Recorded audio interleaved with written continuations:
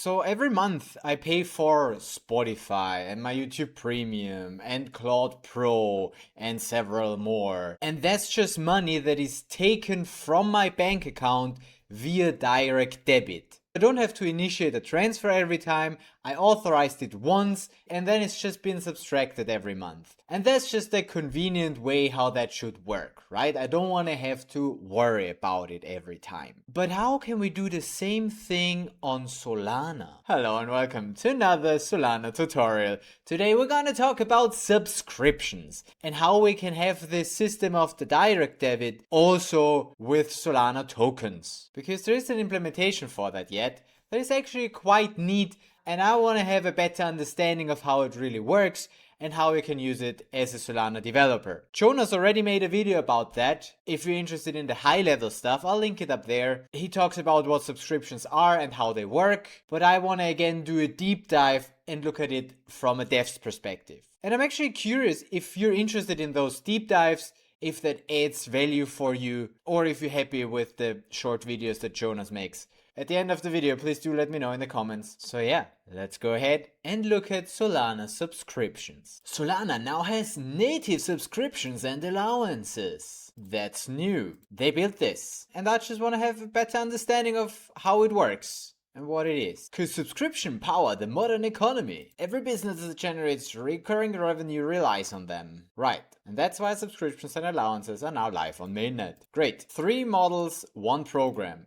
There's allowances, so a fixed delegation, basically a one-time here you can have that much money. Then there's recurring delegations, which is the here you can have that much money per amount of time. So every month you can have $10 or whatever. And then there's the subscription plans that are like $49 a month, where the merchant publishes a fixed billing. So it's not us saying, hey, you can have up to $50 a month. It's the merchant saying $49 a month, and that's what you subscribe to. What can be built? Recurring API billing, AI agent spending limits, on-chain payroll, content micropayment, stablecoin invoice collection. And Jonas made a video about it. That's the one I've been talking about. It's a nice video. You can watch it. It's a funny guy. I like him. Then it's talking about PaySH. I did have a look at that, and it is really fun, but it doesn't really work for real products in the EU. So that's why I gave up and never made that video public.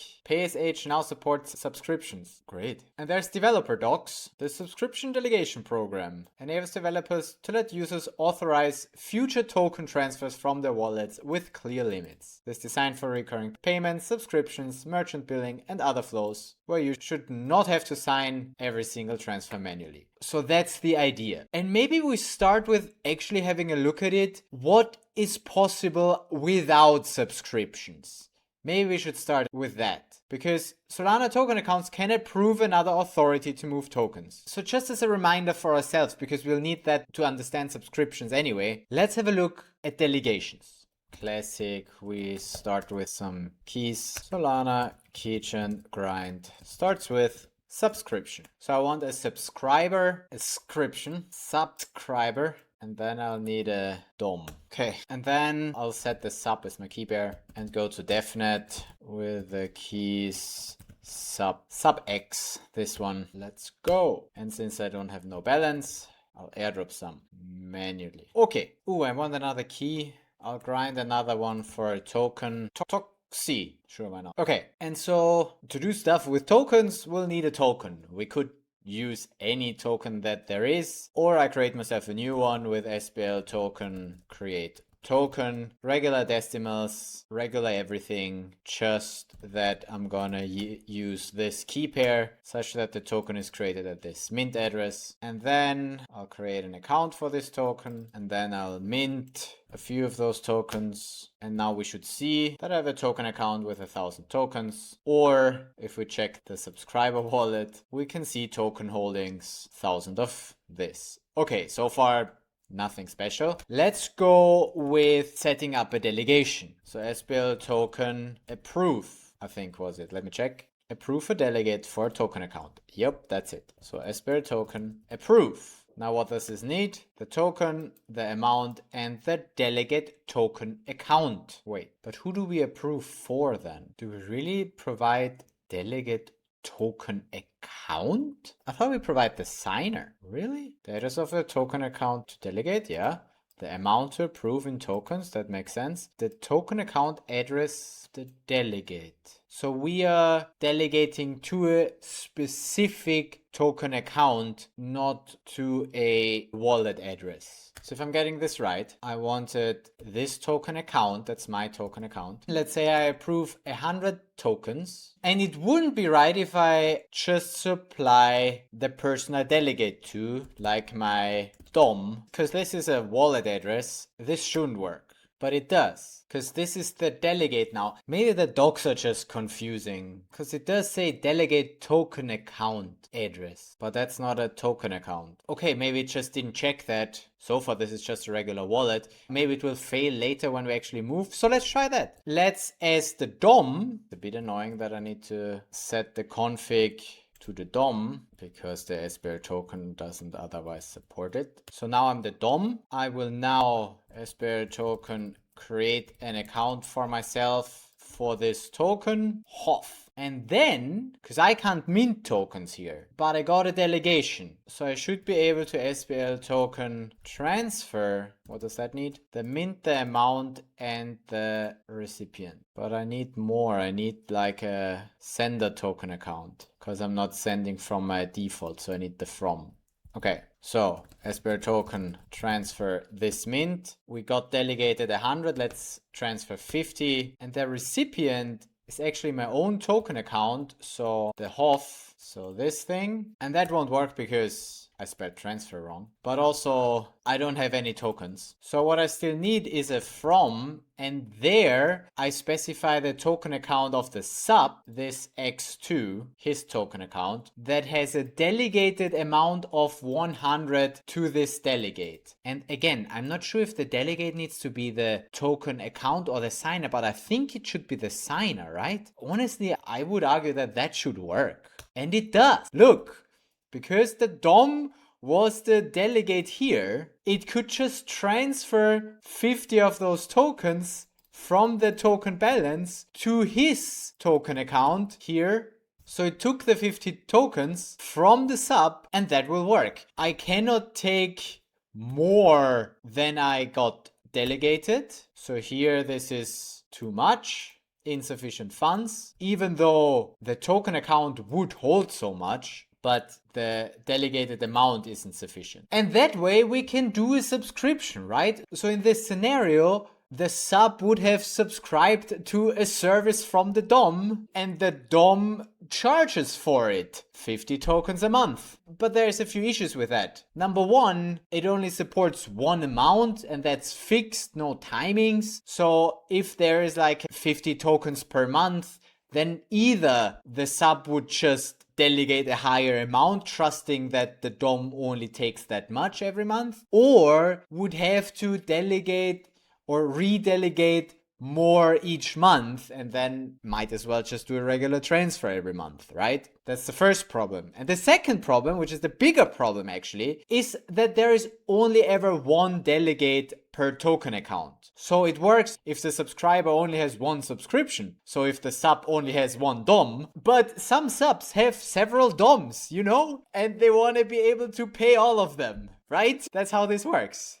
So this doesn't work natively with a token program anymore. As soon as the sub approves to a different DOM, like this, the previous subscription, like the previous delegate, is overwritten. And now a different DOM could take those tokens. So that's why subscriptions didn't really work natively with just the token programs. We had to build something else, because that made it hard for wallets to safely support several spending arrangements of the same token. You could have, of course, had several token accounts, but then you again need to split the money between them, and it's just not as convenient, because you just want to have your money in your account and not worry about that all the sub accounts have enough funding. The sub accounts. This is so good. Sub accounts. Sub accounts of the subscriber. Yeah. It's sub accounts. Anyway, language is fun, huh? This subscription delegation program solves this by giving each user token pair a program-controlled subscription authority. So this program controls the subscription authority, probably through a PDA, and then the user's token account approves that authority once. So basically, what we did here, just that we don't delegate to a specific wallet, but to the program's authority, such that the program can then authorize those transfers. And the program will check each of the transfers against a separate record that defines who can pull the funds and how much they can pull. So it's basically doing this, right? It checks the amount and who can do it just separately and several of those. And when the authorization expires or resets. So you have more control over the delegate. And you can do several of them. The subscription authority cannot move the funds itself. A transfer only succeeds when it matches one of the user's active authorizations. And that's the program for it. The delegate. I just love vanity addresses. This is so nice. And then we have the delegation modes. A fixed delegation, so that's what we also saw so far. You just set this amount, and optionally you can also do an expiry time. That's something that we can't do with tokens natively. A recurring delegation, as we said, there's a limit that resets every period, such as every day, every week, every month, every second, every whatever. You can define that. And then that limit resets, which also means that if they didn't take the tokens in the previous period, it doesn't mean that they can now take more. It's just set back up to the limit, so it doesn't accumulate. And then there's the subscription plan, where the merchant publishes the billing terms and the users accept it. So it's similar to this, just that a merchant sets the amount and the billing period, and then you as the user just accept. You as the user don't define the period and the amount anymore. You just accept a given period and amount. That's the difference. Supported tokens with both token CAC and token Z, where transfer hooks are rejected if they have an authority or program ID set, an inert transfer hook, so if both is unset and therefore it's permanently immutable, and all other extensions as well, that's allowed. But who uses transfer hooks nowadays anyway? For most things, they're a better solution than transfer hooks. But more on that in probably the next video. Program emits on-chain events such that indexes can track that. Great. There's also a demo application. So let's get started with creating this subscription authority. So that's who we need to delegate to. And it's so nice. There's already examples for us here. So the interesting part is the Solana subscriptions NPM package that contains all of the interesting code. Wait, where's the source code for this? There, Solana program subscriptions repository. So it's also from Solana Foundation. And there's the program built with Pinocchio and the IDL generated with Kodama. And that's exactly what we can then import at Solana subscriptions. Great, let's do that.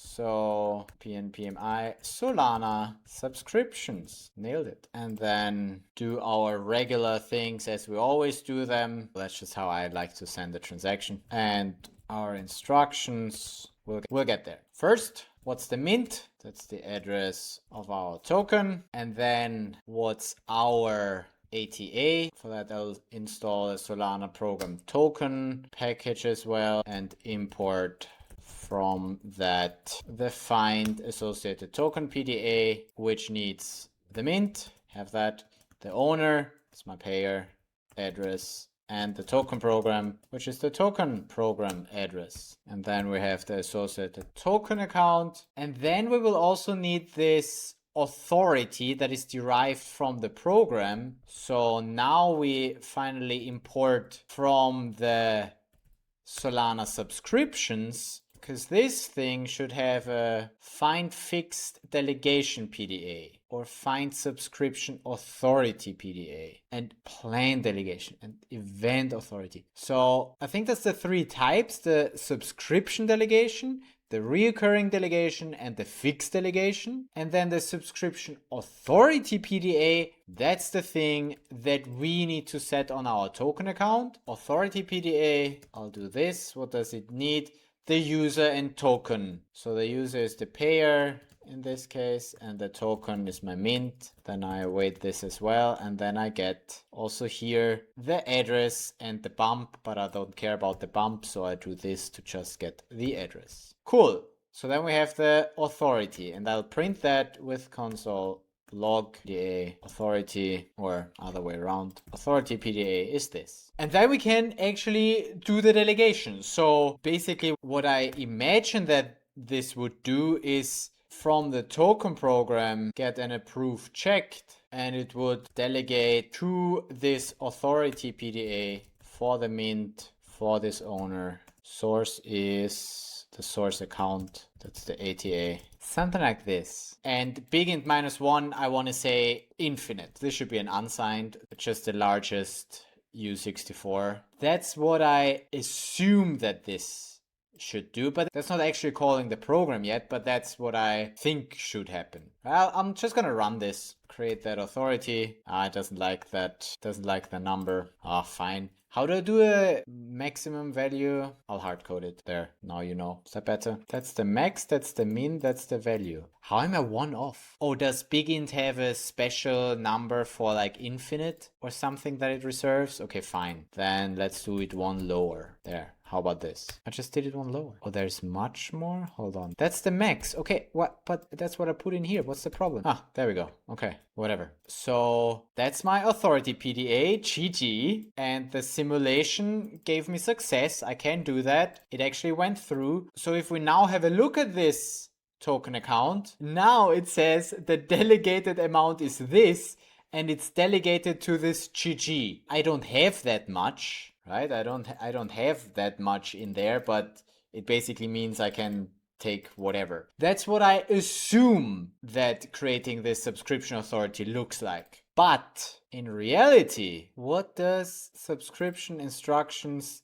init subscription authority actually do? Because in reality, we also create that account apparently. It's not just a PDA.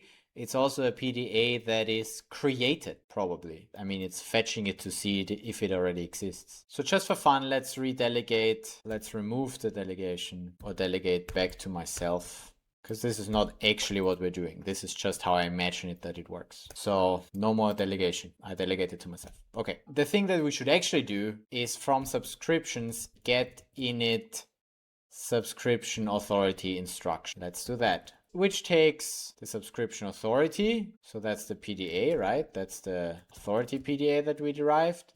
The token mint, our mint, the token program. That's the token program address, because we can have either token keg or token 2022. The user ATA, also important. And then of course the owner. So that's the token owner, aka the transfer authority, aka the one that is allowed to set the delegate, and that in our case is the payer. And system program is optional. It will need the system program for creating that account, but the system program is fixed, so I don't need to put it in there. Let's see what that actually does. Let's see if I create the authority with this. Again, same authority PDA. What did that do? If we now look at the same token account, look, it did exactly that. It did exactly that. It set the delegate to the GG with the maximum allowance, but also it created an account. So let's see what it actually did in that transaction. So no token change, but we added the delegate. So our subscriptions program in its subscription authority, what it did was it create account on the GG. So that's the authority with 106 bytes. So it does store something in there. And then it did token approve with that amount. Look at this. That's just funny. And that's cool. I always like to do it that way, where I'm like, I think this is gonna happen, and then I verify if this actually happens. So yeah, there was a token approve, exactly the same thing we did with the same number. Was it the exact same number actually? We had that and they had that. Yeah, no, they managed to do a bit bigger because they were not limited by this weird big int of TypeScript. because in their code, actually, if we look at the actual code, let me quickly git clone this. If we look at the program source instructions,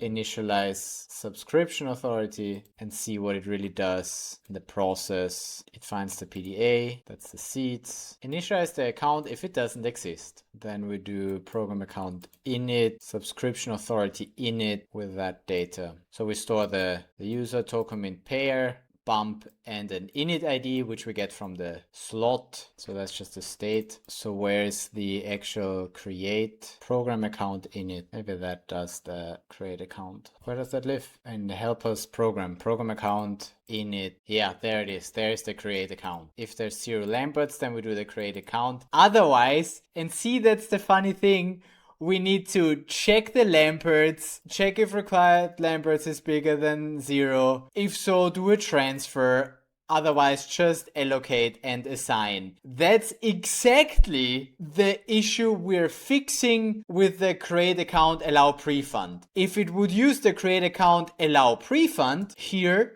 then it would need to have that check in the beginning and that fail path. But create account allow prefund is a new thing. I made a video about it recently, and that was not live when that program was developed, so they had to do this. But it's cool that we see that once in the wild. So yeah, that's where they actually create the account. I got sidetracked. What we actually wanted to have a look at after the account got created, then down here comes the interesting part where after a few more checks we actually do the approve. So depending on which token program it is, if it's the token 2022, then we do the approve 2022. Otherwise we do the approve SPL with the ATA, the subscription authority, the account, and here we have it, the U64 max. That's how it's done. Here we have that. That's what I wanted to see. Yeah, cool. I understand how this works. I understand why they do it like that, why they approve the maximum, such that they can spend whatever the user has. I mean, theoretically, this is not super bulletproof, because if a user literally has all the tokens of one token, but it's very unrealistic, and then they delegate the maximum, but then they spend a lot, and then they have even more, at some point you need to reapprove the maximum. But really, in practice, this will always be enough, because it's a U64 max. Only in situations where you own the token and you have the maximum of tokens. If I would mint as many as I can mint and then delegate them all and then transfer them back, then the delegation wouldn't be enough anymore. So yeah, in practice, good enough. What I'm saying is you can't delegate infinite.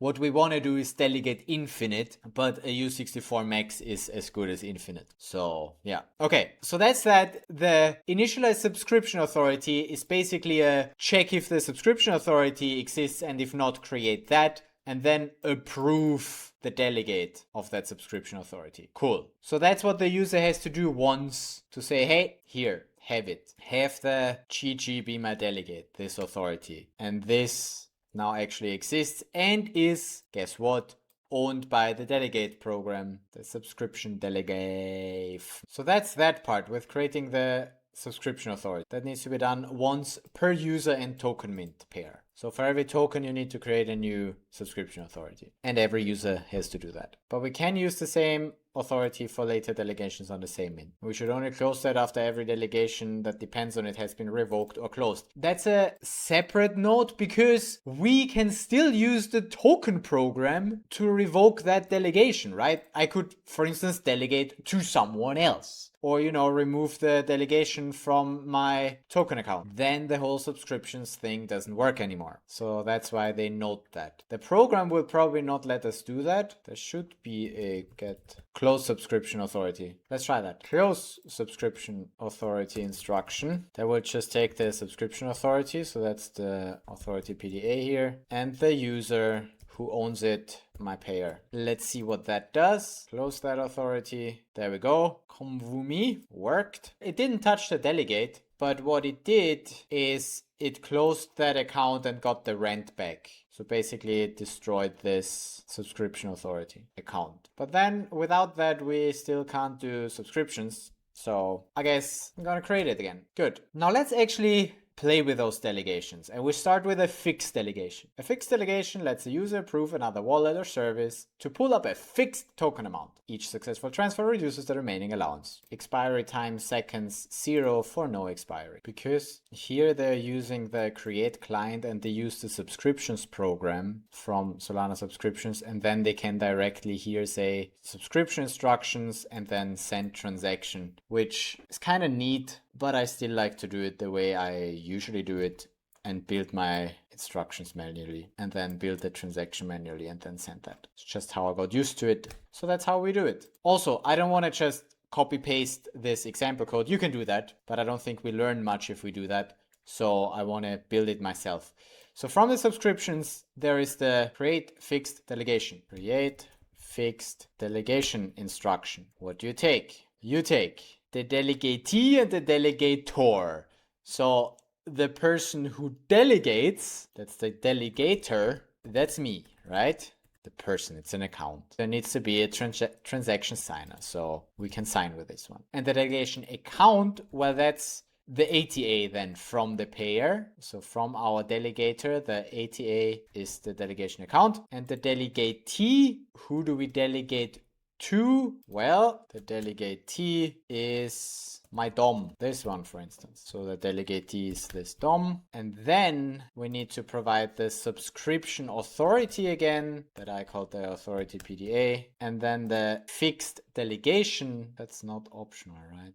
Either declare one or provide an initializer. So either there's already an account for a fixed delegation, or I create a new one where I just provide how much you can take. I don't know, another 100 tokens. Although that's now tokens with decimals, I guess. So I say E9 for 9 decimals. It does not expire. So I say 0 seconds. And expected subscription authority init ID. What is this? I have no idea. I'll get to that in a second. And the nonce, I also don't know what it is. A number only used once. Here, have a 1. And I don't think that that's gonna work because this is not what it expects here. You know what, I'm just gonna run this and see what happens. It does not go through as expected with error 87, which, since we have the errors here anyway, might as well check. 0x87 is 135, so 135 is delegation already exists. Hold on, I get my roster analyzer to work such that I can find this. And that happens in delegation. Here, create delegation account. If the delegation account already exists, delegation account already exists. But why do we get there? Create fixed delegation. In the create fixed delegation, create delegation accounts, create delegation account. Because for the nonce and the expected subscription authority ID and the fixed delegation, this already exists. Wait, what am I doing? I'm certainly doing it wrong. That's what I'm doing. It's a bit confusing, honestly. I mean, there's more examples that we can have a look at. If I would be confused, right? Then there's also this entire web app that I could play with. Web demo, just build. Just build. What could possibly go wrong? No, it's building everything. Then I should be able to run def. That's fine. I want defnet anyway. Careful, white. Use a different mint. So I have a sol balance, add a token. I have a token balance. And then I can create a delegation,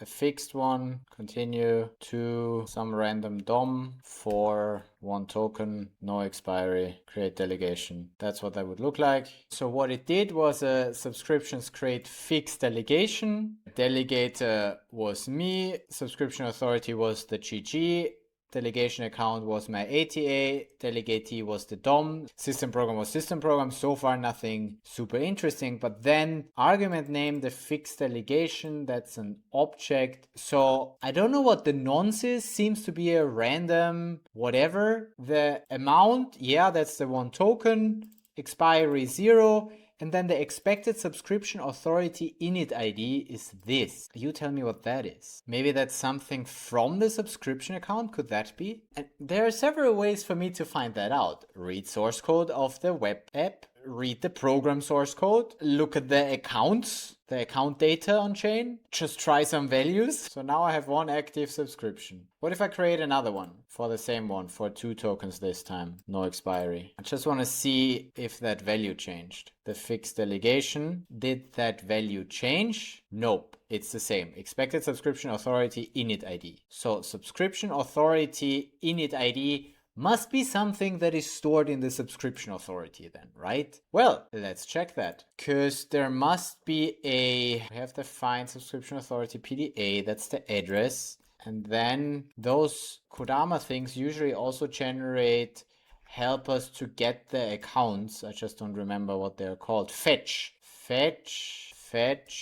maybe subscription authority, or just fetch subscription authority, because I know that this was created. So you need the RPC and the address, so the authority PDA. So that's the subscription authority info now. What does it have? It has the address, data, execute, that's the usual metadata. But what's inside the data? There's the bump, the discriminator, the init ID. Here it is. The payer, the token, and the user. So yeah, I guess that's what we need to provide. So sub init ID is this, and this is what we put as the expected subscription authority init ID. Actually, it's the sub auth init ID. There, boom. Do you think this is gonna work now then? Let's try it with this. Nope, still the same error. Still the same delegation already exists. What am I doing wrong? But the subscription auth init ID, that is exactly what we saw as well.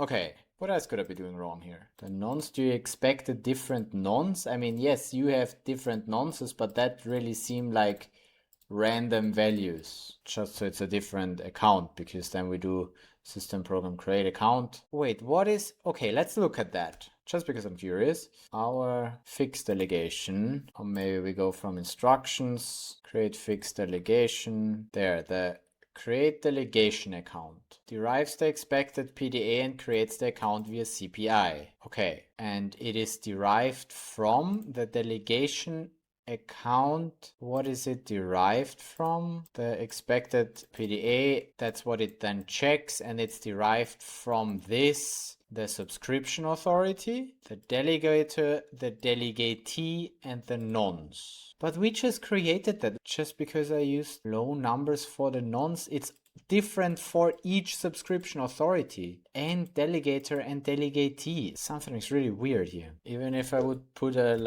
large number here, would that then work? No, that's the same error. Maybe I'm putting wrong things here. Because basically my issue is that the delegation account, it thinks that it already exists. Oh, well, yeah. Because I'm putting the ATA as the delegation account. Oh man. Andy. No wonder. But see, that's why we're doing it manually and not just copying the code that already we know works because it's in docs, right? Okay. So the delegation account is not the ATA. Forget that. The delegation account is something that we need to derive. Delegation account, await, find, fix delegation PDA. There it is. And here we have the same things with the delegatee, the subscription authority, and the nonce. So I'll also store the nonce as just some random value. And that's the delegation account that I need to put in here, not the ATA. But I still like to figure stuff out myself. I still want to know how that stuff works behind the scenes. That's why I'm manually programming. I enjoy that. Okay, anyway, so that needs to be an account, right? Not the bump as well. Okay, but like this, that should work now. Okay, and then we can put 100 tokens, the same nonce, and that should work. Just one thing, if the expected was something else, what error would I get then? Then I would get a 088, so that's the next one in the error. Stale subscription authority. So you gotta do subscription authority init ID, the right one. And then hopefully that works. Yeah, look at that. We now finally did it ourselves and created a fixed delegation with this random nonce, this thing that is from the subscription authority, and we delegated 100 tokens to the DOM. We should also see that here, careful, white. If I refresh here, we should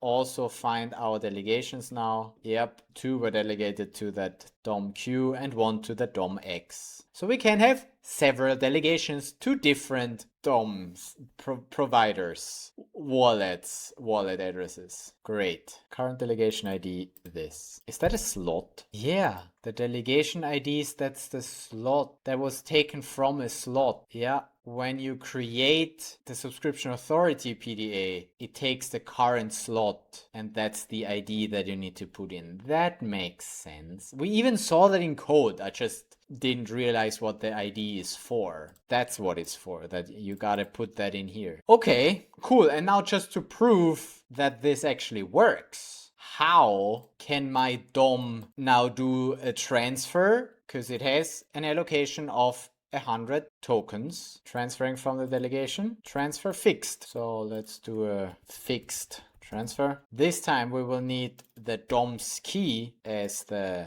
delegate, and the subscriber was the sub. I basically just need to know that because we need to know the ATA. And also I'll need to have an ATA as the DOM, but I created one earlier for me, so that's fine. So that's the sub ATA, and then we're gonna do the DOM ATA or delegate ATA, del ATA, whatever. That's from the delegatee. Good. So I just changed the names. Let's see, what does the create fix transfer get? There it is. Get transfer fixed instruction. What does that need? A bunch. First, the delegatee.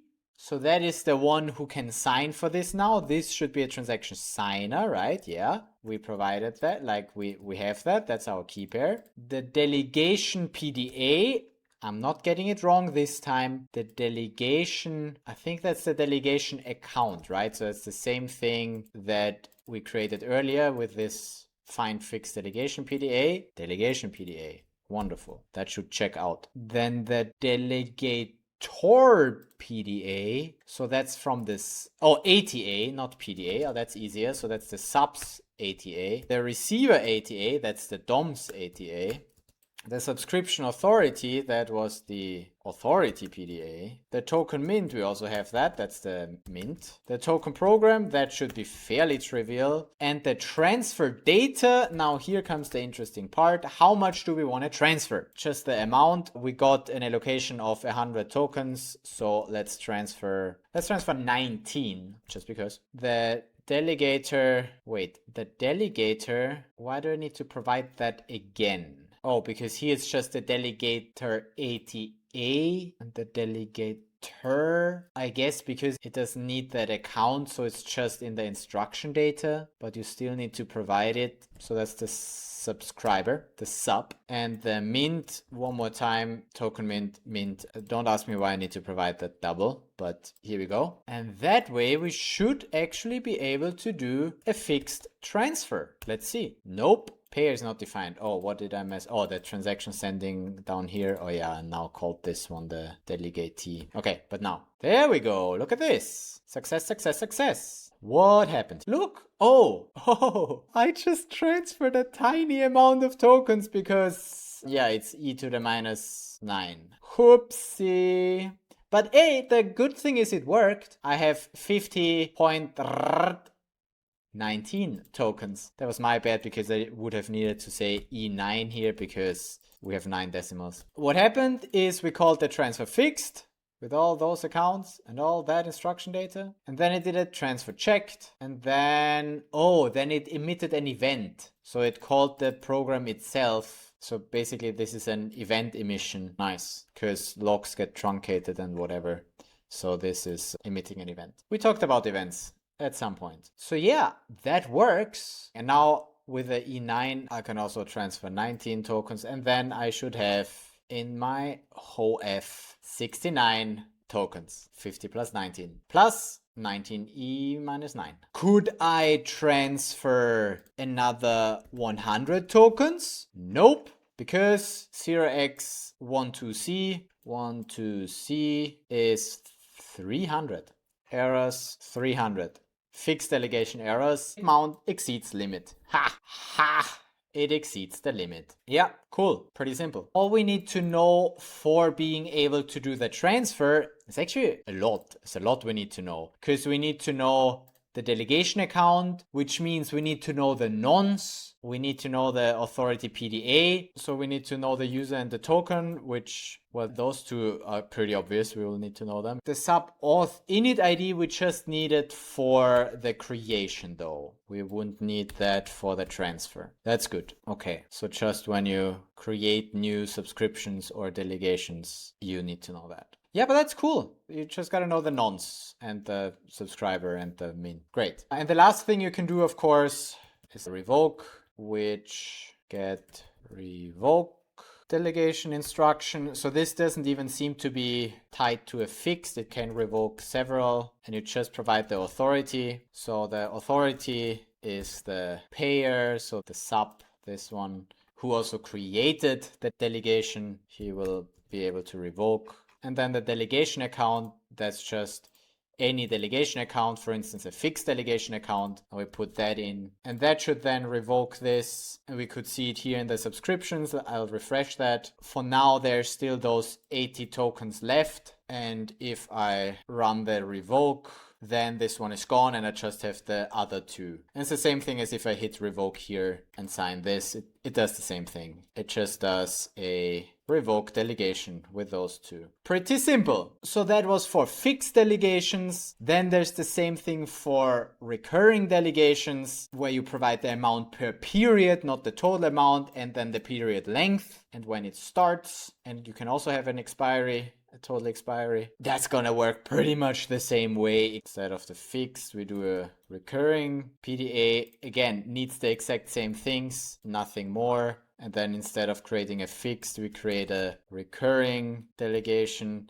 And then we don't do a fixed delegation here, but a recurring delegation. And then it doesn't take the amount, but the amount per period. So we could say we do 20 tokens per period. And then you also need to know the period length in seconds. So I could say you can do 20 tokens every hour or whatever. And the start time, I don't know, I say 0 because I don't mind. I could do current time or whatever, but it doesn't add up anyway. So it's just interesting, where is the boundary of the hours?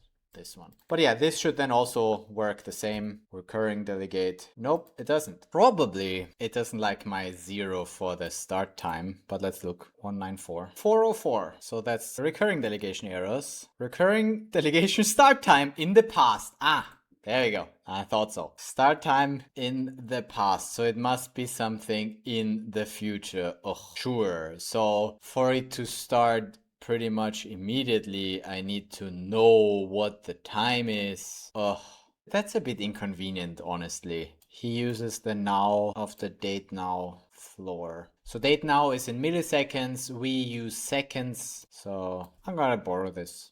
And I might still get the same error because I say start time now. Once it reaches the validator, it might already be in the past, but let's try. Nope, that worked. Maybe it can't be too long in the past, but that seemed to have worked. We created this account and used those values. Great. So once again, we see this value. Yeah, not much different to a fixed one, just that this will reset. Do we get more info on that one? Not really. All the info. To get info on that, we could do fetch recurring delegation with the RPC for this delegation account. And then in the data, there's the amount per period, amount pulled in period, so that's how much we already got, current period, start, experience, and so on and so on. I'll just gonna log the entire data. And then I have this. In the header, there's discriminator, version, bump, delegator, delegatee, payer, and this init ID. And then the subscription authority, the mint, the current period start time. So that, I guess that it recalculates every time we use that subscription. Then it checks if we're still in the current period. Otherwise it updates the start time and resets the amount pulled to 0. And if I would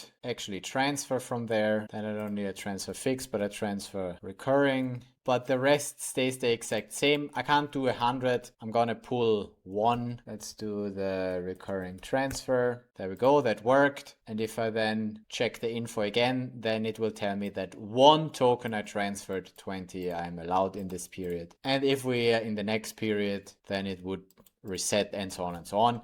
But you can believe me that just works. So the recurring really isn't that much different to the fixed one, just that it resets after a certain amount of seconds. Now the last thing that I still want to have a look at, because that could be interesting and it's a little different to set it up, is the subscriptions. So the subscription plan, because there the provider, the merchant, would first create this plan and then you would subscribe to that plan. You can also update the plan and then you collect from the subscription. So to create a plan, this is now something the delegatee, so the DOM, will do. So the person who wants to receive the funds, we don't need to know anything about the subscriber yet, and we will do create plan instruction, and that plan needs the merchant, which is my delegatee, my DOM, my token mint, system program, token program, we leave them as they are. It's the defaults. The plan PDA, here we will need to then get a find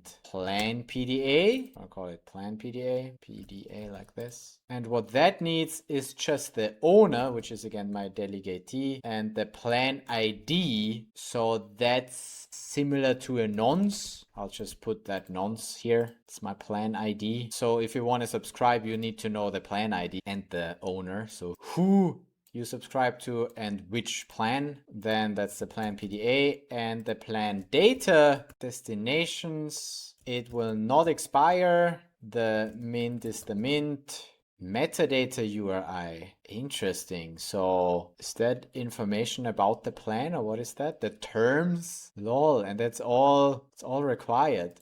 The plan ID, I know that one. That was my nonce. The destinations, what's that? That's several addresses. Is that the token accounts that I can receive with? But does the plan already know the token accounts? Oh no, it's not the token accounts, it's the signers. Oh, that makes sense. That there can be several signers that are allowed to pull, not just the merchant who created the plan, who has authority over that plan, who can also kill it and whatever. He can say who are the actual delegatees, who are the actual addresses that have the authority of grabbing that money from that plan. And in our case, we'll just set the one address of the delegatee, but I could have several here. Pullers, wait, what's that then? Puller wallet address here. What's a puller wallet? I mean, honestly, it's great that we have docs, but the docs are pretty not particularly helpful. Source code more helpful. Plan can have a maximum length of 1 year, by the way. Can have a maximum of 4 pullers and maximum of 4 destinations. But what are pullers? Puller addresses. A plan can authorize. Wait, so that's maximum number of destination wallets a plan can whitelist. So that's the destination, and puller. Maybe a puller is the one initializing it. It must go there, but the puller can initialize it, as in start the transfer. Meaning the puller signs to initiate the pull, but the destination must be this. The destination doesn't need to actually sign. That makes sense. Okay, I think I explained it to myself now. Pullers. Addresses authorized to pull subscription transfer in addition to the owner. So in addition to the owner, so I could theoretically have 0 here. Whitelisted destination wallets for transfers. All 0 entries are ignored. So theoretically, that means that if I have no additional puller, that should be fine. Metadata URI is a string UTF-8 metadata URL pointing to off-chain plan details. So basically we're just pointing somewhere where you can read more about that plan. And terms, that's something on-chain. That's the amount period. So that's the actual stuff for basically the reoccurring subscription. You specify the amount, the period in hours. So this time it's not in seconds, but it's in hours. And the Unix timestamp where it was created, set by the program at plan creation. So we don't need to provide that. I also don't provide a URI. I don't care about that. The terms, I don't think I need to set a created it, but okay. So the amount, let's say I take 42 tokens every hour. That's expensive. Okay, I take 1 token every hour. And created at, I guess I need to also provide that, no? Can I have a now again? Let's see. So we create a plan. That's a plan PDA with 1 token every hour starting now. And it's not like it automatically sends that. I still need to pull that every hour. And if I don't, then well, but it gives me that allocation. But first, this is just creating the plan. So this is create the plan. Invalid number of items. Expected array to have 4 items got 1. Oh, this is annoying. Usability 0. But you also only put that here, and that worked with a create plan. That's unfair. Okay, I'll just do a quick fix and import from the system program address, which is all zeros, and zeros I ignored, they said. So here, have 3 times the system program, and then it will probably also complain about the other one that has 0 and expects 4. Fine. Then the pullers will also be 4 times the system program. I'm not gonna let you annoy me. There, that works. YOLO. So plan created. This is our plan PDA. And now I could subscribe to a plan. Enter merchant wallet address. Oh, dom my dom. You have a plan. 1 token every hour, and I can then subscribe to that plan. And if we do that from here, subscribe to plan, then it would look like this. We would need the same plan PDA from the delegatee and the nonce, and then we can get a subscribe instruction that needs the merchant, which is my delegatee, plan PDA, the subscriber, which is my payer. Oh, it needs to be a signer. Here you go. Be a signer. The subscription authority PDA, as always. The subscription PDA. Oh, and now we also need a subscription PDA. So the one thing is the plan with the plan nonce. Actually, I should call this plan ID because we then need another nonce of some random numbers to create a subscription PDA with await find subscription delegation PDA. And that takes the plan PDA and the subscriber, which is my payer here. And then I put that subscription PDA here. Event authority, self-program, system program is all optional. And then we still need the subscription data, which, let me guess one more time, plan ID, plan bump as well. Oh man, sure. For efficiency, I think we need to provide the bump such that the program doesn't need to find PDA. So plan bump, here we go, can provide that. Again, the expected subscription authority init ID, that's the same that we have last time as well when we created the subscription authority. What else does it expect? The expected mint is the mint. The expected amount, oh, now it double checks all of that. So the expected amount is 1 E9. The expected period hours is 1. Such that we don't subscribe to something accidentally that we didn't want to subscribe to. We gotta provide that data again. Oh, that's cool. And expected created at, oh, that I don't know by heart anymore. That was the now date. Oh man, okay, fine, that I need to read the actual plan. So I gotta await a fetch plan with the RPC and the plan PDA, and then this plan info should have in the data, there's the bump, more data, which has the terms, which has the created at. It's a bit complicated, but here it is. That thing I'm gonna put here. I'm gonna log the plan for you just for fun while we get it as the data. Cool. And that way we should be able to subscribe. So subscribe to plan. That worked. Look at that. We subscribed to this plan with this data. That's the plan ID, that's the mint, that's the terms, and that's the created at that I didn't have anymore. So we got to read that from the actual plan. I mean, that's all safety, right? The created at is the second that I need to put in as an expected second. Same reason why we do the sub authority init ID here, because there was the slot in which this authority was created, such that we don't accidentally subscribe to the wrong thing and so on. It's all just a security thing. Also that it's just a security thing that you don't subscribe to the wrong plan accidentally, because that would give them access to your funds. That's why we're so picky about that. That's why we want to make sure that you actually did this on purpose and that you're not easily tricked into subscribing to something that you didn't even want to subscribe to. That's why they have so many things that make it a bit more difficult for devs, but that's also what makes it more difficult for hackers. So it's good. Great. That's the plan, and we subscribed to that successfully. Wonderful. Now, still doesn't mean that any of those tokens leave my token account, only when the DOM claims that subscription. In other words, it collects a payment with transfer subscription. So we find the same PDA and we find the same subscription delegation. Then we do a transfer subscription. Yep. Transfer subscription, and this will need the caller, so this can be any of the pullers or the owner, aka my DOM, aka my delegatee. Then the plan PDA, we have that, token mint, subscription authority, subscription PDA, so that's the find subscription delegation PDA that was created for the subscriber and the plan. And we don't actually need a nonce here,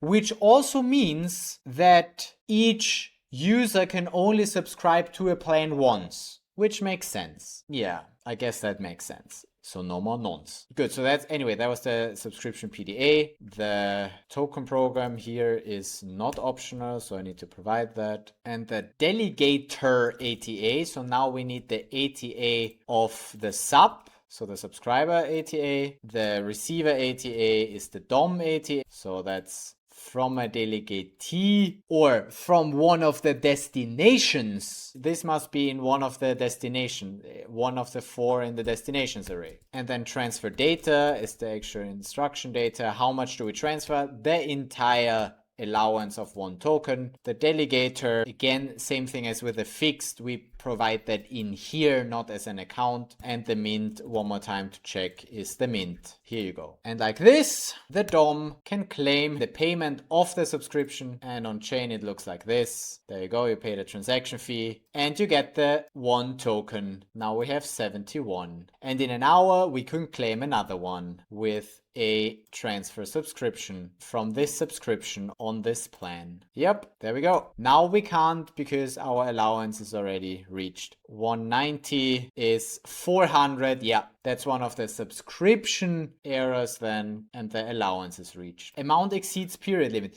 Interesting. To me, it seems like that's the wrong error. Well, it is. A subscription is also a recurring delegation. Does plan and subscription errors? No, this doesn't have a separate amount exceeds period limit, because also a subscription has a period, so it fits. It fits. Take the same error. Don't need a separate one. Okay. Yeah, and of course there's more details. We can kill a plan, we can sunset a plan, or a plan can be expired and all of that. I could test all of that, but that's not the point. My point of this video is to give you an idea how those fixed delegations and reoccurring delegations and plans with subscriptions work. And just that you get a bit of a view in it from a developer's side, how you would implement those things and what the nuances are, when we need the nonces and when not, and so on. And I think it's good. We looked at a lot of things. You should now be able to create those subscriptions yourself, or create those plans and let the users subscribe, and then you can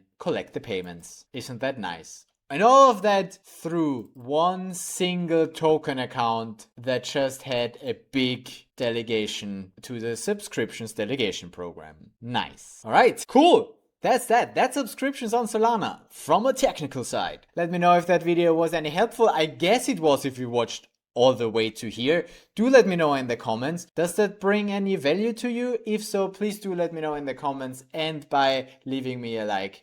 And of course, subscribe if you haven't already. And I'll see you in the next videos where we look at other things like these. Oh, I know what's next. Next time, I want to look at how we do token white and blacklisting without transfer hooks. Because that's another thing that was developed recently and I didn't have a look at it yet. And that could be really cool. So looking forward to that. See you in the next one. Till then, bye bye.